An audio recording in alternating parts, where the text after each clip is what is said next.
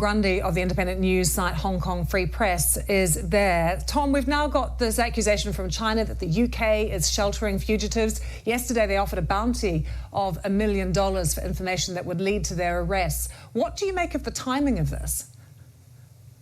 Hi, Lucy. Well, timing-wise, it comes a week after the state-run media were campaigning for exactly this, and just days after the anniversary, the third anniversary of the security law that's seen over 60 civil society groups disband, patriotic education in schools, elections with pre-approved candidates, sensitive books removed from bookshelves, and traditional Democrats, like some of these 8, either behind bars, in self-exile, or have quit politics altogether.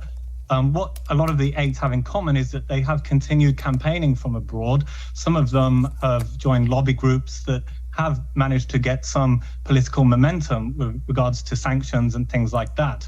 But of course, it was very difficult this morning in the press conference with John Lee to get a clear idea of what exactly they're hoping will happen, because Australia, the US and the UK have said that they certainly won't be cooperating with this.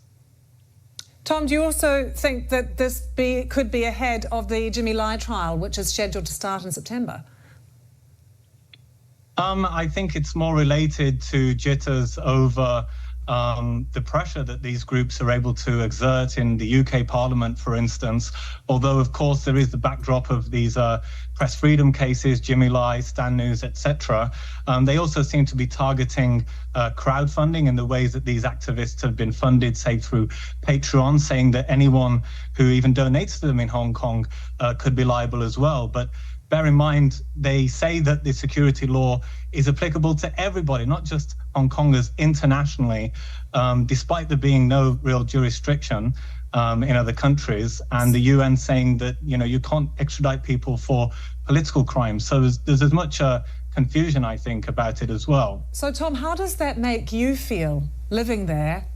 Do you feel threatened in any way, and why have you chosen to stay? It's a good question I ask myself sometimes.